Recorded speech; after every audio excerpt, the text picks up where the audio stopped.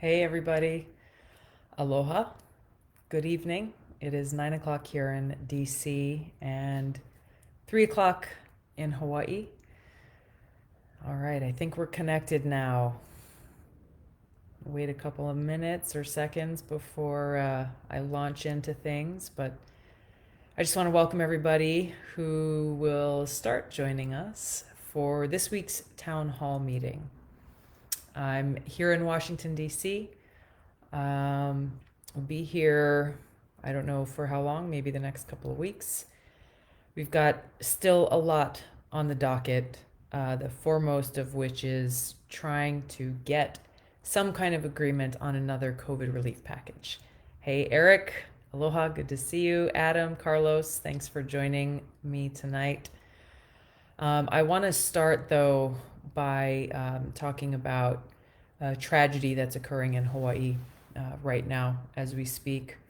COVID is affecting people in so many different ways all over the country. We have had a tremendous loss of life, a lot of folks getting sick. In Hawaii, we have only one dedicated veterans care home in our entire state. It's called the Yukio Okutsu Veterans Home. And they have just recently been battling an incredible COVID outbreak in their home. And it's been heartbreaking almost every day to see more of our veterans losing their life because of COVID. It is a 95-bed facility. Again, the only dedicated veterans care home in our state. 95-bed facility, 26 veterans have died, and 70 are infected. Many of their caregivers have also tested positive for COVID. Families are struggling right now. These veterans are struggling, and I just want to start by just asking all of you to keep them in your thoughts, keep them in your prayers. The VA was recently out there and did an assessment and came up with a pretty scathing report of basically how the management of the care home failed to do what was necessary to take enough precautions to do their best to protect these veterans that were under their care. They took some actions, but they did not go anywhere near far enough. And there's really no excuse for this given how far into this pandemic we are and how many lessons learned there are from early on when many care homes, both in Hawaii and across the country, were really devastated by COVID. There's changes in action that need to be done there, and we're keeping a close eye on things and continuing to urge for the transparency and the oversight and change in management of that care home so that some trust can begin to be restored, which is needed there, and it's needed across the state and frankly across the country. There's a number of things that I wanted to talk about just briefly here before I start opening it up to your questions.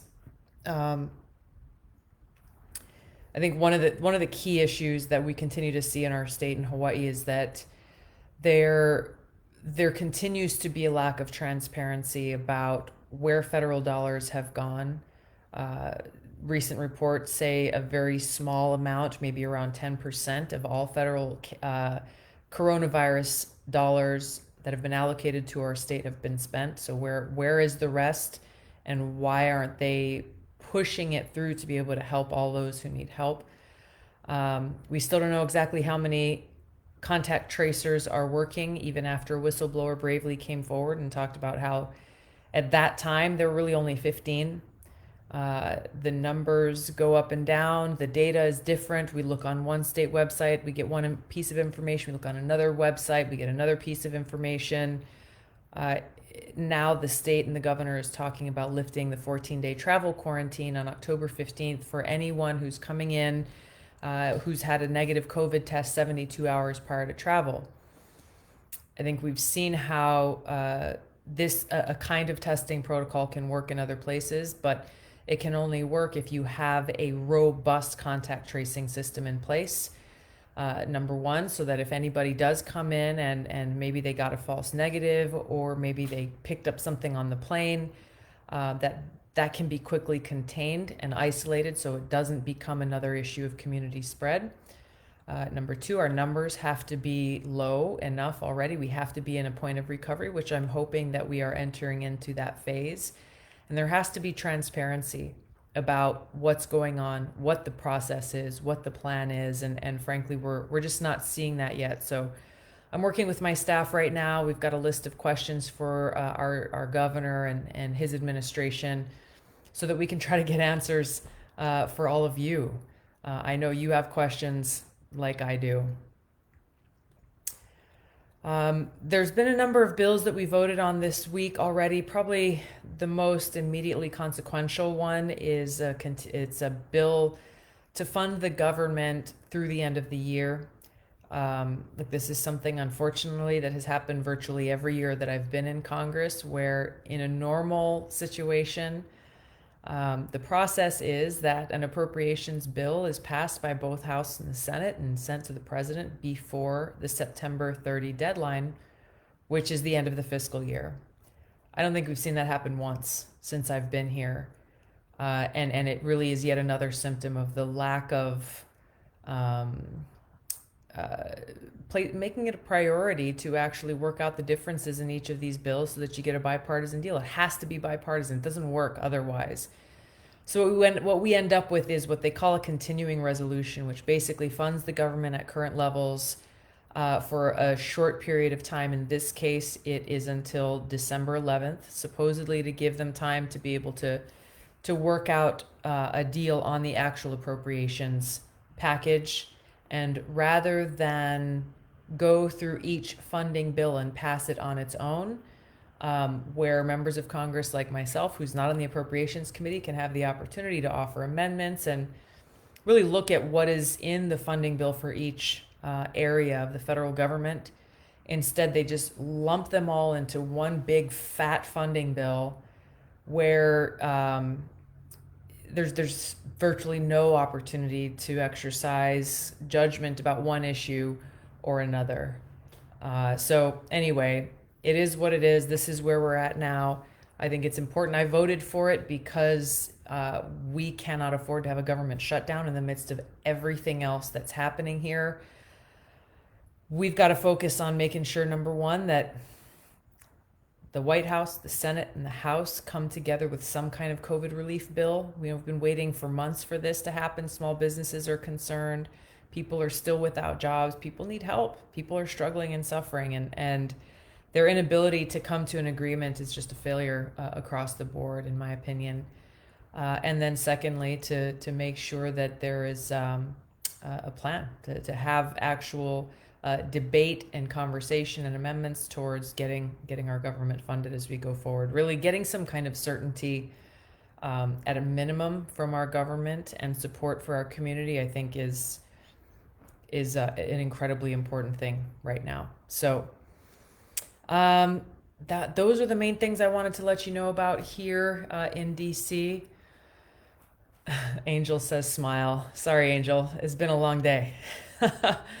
On a bright note, it's not too cold yet here. The sun is shining, and I'm enjoying it while it lasts. The rain's supposed to come in here later this week, so I try to get out, and in between votes, I'll try to walk a lap around the Capitol building and soak in some vitamin D through the sunshine. Aloha, Sharon. Good to see you. Thanks, everybody, for joining. Aloha to all of you in Hawaii. Aloha to all of you who may be from other places. Lay says the state is more worried about bringing in travelers. They should be caring more about the residents. I completely agree, 100%. Once we're working on this letter to the governor where I'm going to list my concerns and also ask my questions, and we'll share that letter with you all once it's finished. But I agree. I mean, you can't think about, we've just got to make sure that we do what's in the best interest for the public health of our communities in Hawaii. That's really the bottom line. All right. I've got a question here about Derek, language, not welcome here. There's a question here about the census. A lot of people are talking about the census right now.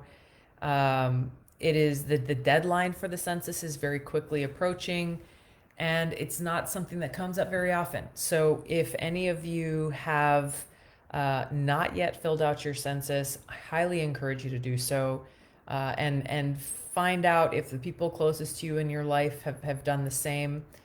Like, this thing comes around every 10 years. And why is this important? I didn't realize how important it was until I was on the city council and then later in Congress, because I recognized all of the different decisions that are made both by agencies as well as when you look at members of Congress. When you're authorizing funds and appropriating funds and how those funds are distributed through various federal programs, whether it be through education, agriculture, healthcare, housing, you go down the list, they determine how much money can be allocated to a certain area in many cases based on its population. So, we can have nearly 1.4 million people in Hawaii, which we do. But if only 1 million people answer the census, then we've got a problem, and we therefore are under-resourced. So this is really just about fairness and making sure everybody is captured and is able to get the resources that we need for all things: infrastructure, healthcare, education, public safety. I mentioned education, schools, roads, across the board. Anything that we rely on federal funding for, the census can directly impact. So the website, 2020census.gov, 2020census.gov. Check it out if you haven't already. It took me, I don't know, maybe 3 minutes to fill it out online. All right. Let's see what else is going on. Van is asking, why can't we make air travel safer by making all passengers take the AVID rapid test prior to boarding their flights? It will make traveling safer and we will identify asymptomatic people. Cost of the test can be included in the airfare. It's a good idea, Van. It can't be, we've looked into this, and it can't be mandated. The FCC won't do it. They say it's outside of their purview because they're not a public health organization, and the CDC won't do it. So just like certain airlines, the only other option that I think exists outside of government. And just like airlines are now mandating that if you fly, you have to wear a face covering or a mask that covers your nose and mouth during the entire flight, except when you're eating or drinking. Similarly, airlines could implement this, and I know some airlines in other countries have done that. So I think it's a good idea.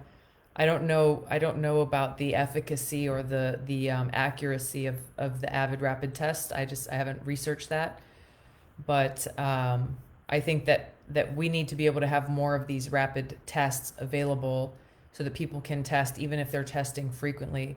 I think that there has to be, for us in Hawaii, if you're going to have a pre-travel test to waive the quarantine, you also have to have a post-travel test, because a lot can happen between the 72 hours prior to your travel and the travel itself. It's a lot of exposure. Okay, Mary is asking, what can be done now to protect the unprotected and take what we know to work and apply it to save lives? That's a really good question, Mary. It's a question I often ask myself. How is it possible? You hear things from, our some of our local government officials, to include our governor, who says, hey, we're figuring this out. This is a new virus. We're in the midst of this pandemic. Basically, cut us some slack. That would have been okay if you were saying it back in March, April, even May. We are now heading towards the end of September. Many states and countries have figured out a lot of lessons learned. We have figured out a lot of lessons learned. There's no excuse to say, well, we don't know what to do now, because the actions really should have been taken months ago, and we do actually know what to do. Wayne Rogers is asking about ranked choice voting. Can it work here in America? I think it can. I think ranked choice voting is a great concept. For those of you who don't know what it is, Google it. It's a little challenging to explain in a 3-minute elevator pitch, but I think it's a great way to make sure that voters' wishes are carried out in an election. Let's see. Charlotte and Badoyen are asking, please look into the unemployment issues for many Hawaii residents that are still not getting any response. You're exactly right, and I wish I had an answer for you on this. This has been an incredible point of frustration and hardship for all of the people who've been waiting and waiting and waiting and dipping into savings, depleting savings, running up credit card debt because you're not getting the assistance that you need. And unfortunately, there's a lot of people in Hawaii who fall into this category, and it can be attributed directly to the archaic unemployment system that the state had in place or has in place, as well as to they just started rejecting people's applications, saying, oh, well, we can't verify your identity even when people have sent in proof of their identity and who they are. Well, we think that this may be fraud. And they're not answering appeals. They're not answering phone calls, at least at this point. And this just continues to create a lot of hardship. We're getting a lot of calls and emails from people who are asking for help. The state has paid out over $3 billion in claims since the beginning of the pandemic. There are some other resources that are coming through here. Most commonly, for those who have not received their benefits, the state says the most common reasons for the delays and denials is people working full-time are ineligible. Obviously, if you are working full-time, then you're not eligible to get unemployment. Incorrect deposit information, no weekly certification filed by claimants, backdate issues, let's see, failure to create a username and password. I mean, these are things that I guess they're dealing with, but I don't know. I can just tell you there's a lot of people who have done everything right and who are still waiting to be heard. They did bring in a new director for the Department of Labor that's responsible for this, which is good. It sounds like she's taking steps to hire a lot more people and actually have a phone number that they will answer. We're expecting that to be working here hopefully within the next week. So we'll let you folks know as soon as we get that information. All right. Kate Arizo. How are you, Kate? Kate was one of my sergeant majors at one point in the Hawaii National Guard. Kate's question. I see us going in a vicious circle with COVID cases, even with this phased opening. Your thoughts? I know what you're talking about, and it's something that I think it's something that happens when people get complacent. I think that there's significant data that shows that when we take the precautions of actually wearing masks properly, I can't tell you how many people I see who have their masks down here and their nose sticking out. The nose is one of the primary vessels to actually get the virus. And so you've got to make sure that when you're wearing a mask, that it's a mask that is at least, if it's a cloth mask, it has to have at least 3 layers of protective cloth. Ideally, you've got a filter. You can get disposable filters you can put inside a lot of these masks, but that you're wearing a face mask, that you are frequently washing your hands, you're using the hand sanitizer, you're socially distancing. Data shows that when we follow these things, that the virus doesn't spread as rapidly as it was. Or that as it is in some cases. And so, I think that's the key here for us in Hawaii right now. Aloha, Kate, I see you. That's the issue for us here in Hawaii right now. This shutdown has drastically brought down our numbers of positive cases every day. Now is the time where, as the city and the state are looking at gradually reopening our economy, to not just kind of just say, all right, hey, everything is back on like normal, to continue to take those precautions to protect each other and to prevent the community spread that we've seen for a long time. What does it look like a month from now, 2 months, 3 months, 6 months from now? I don't know. I don't know that anybody knows. But this is where we are, and I think this is the best thing that we know will actually work right now. Let's see. Tanya says, census data helps fund our needs. I too am concerned with privacy, but I was able to maintain my most basic private information. Oh, her message just disappeared. I think that's a good point. Thanks for raising that. You don't have to disclose the things that you're probably most worried about disclosing. I think that I was worried about the same thing. It's been a while since I had filled out the census, but I felt very comfortable with the information that I chose to share in the census that would still allow them to be to count me. Nick is asking, any chance we can push for the skinny stimulus bill again? I thought another payment was bipartisan agreed, but everything else holds the process up. You know, President Trump says that he agrees with a direct payment. I think the House, there's bipartisan support, enough bipartisan support for a direct payment to individuals for COVID emergency payment. The challenge with that single issue is in the Senate. Some people support it, other people don't. You know, anyway, I don't agree with the tactics that are being used in this negotiation process, because there are all kinds of red lines that have been drawn that people are not willing to cross. And we end up where we are now in the middle of September, where a lot of folks have seen their benefits run out at the end of July. I know it would be incredibly helpful to get that injection of support and money and resources, given the fact that so much of our economy remains at a standstill. So I think we may end up at some point with some skinnier bill. I think the one in the Senate wasn't that great, but I don't know. We'll see. I wish I could tell you what was going to happen, but you know, as I'm on calls with the congressional leadership, where they're giving briefings and updates on these negotiations, it varies wildly from one day to the next, and very inconsistently. So I was very hopeful and optimistic that this was going to be a done deal already, given the fact that there was really agreement on some of the core issues, like a direct payment, support payment,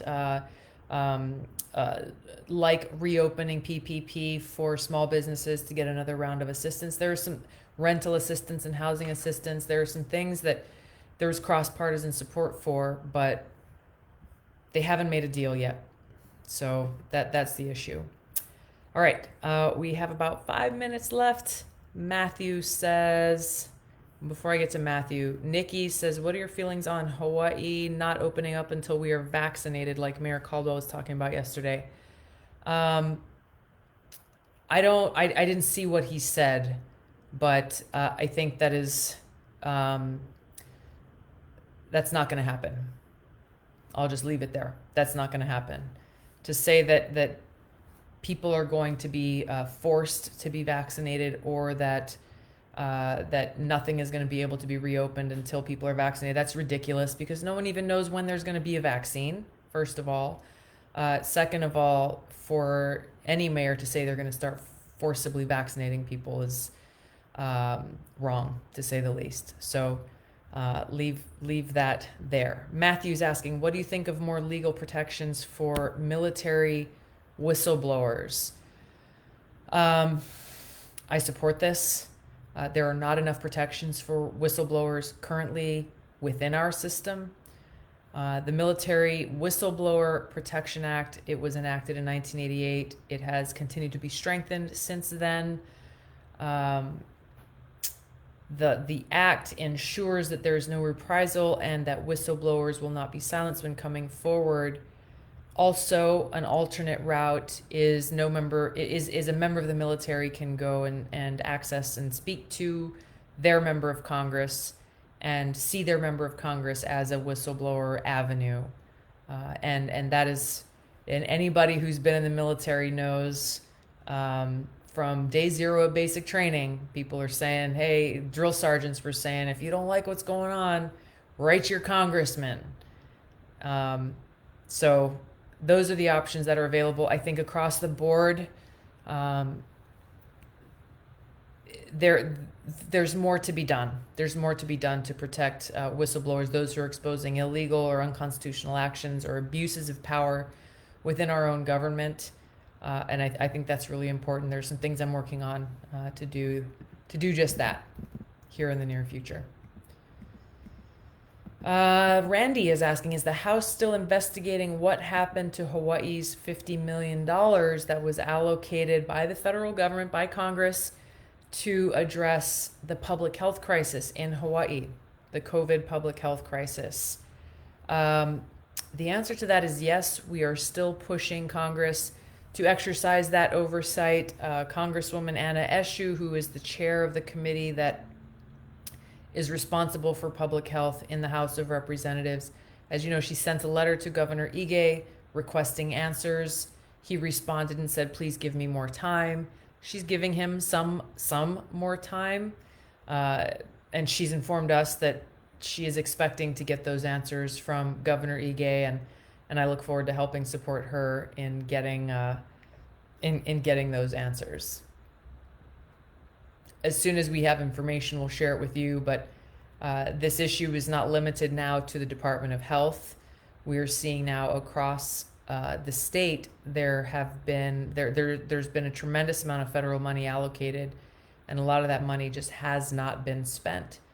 And the problem is you can't really save this money for a rainy day because it was specifically allocated for COVID-related events and needs. And that money is going to expire if it's not expended. People need help. That money needs to be going to where people need help the most right now. All right, that is all we have time for right now. I want to say thanks to all of you for joining. I don't know, I see some of these messages saying the video is frozen. Some of you others say that they have no issues with the connection. I don't know if the problem's on my end or on your end, but thanks for hanging with me. Great to see you here today, and more to come soon. We got a lot on the plate, and we got a lot going on, and so stay tuned. Stay safe, be healthy, take care of each other. Aloha, have a good night, and have a good day, everybody.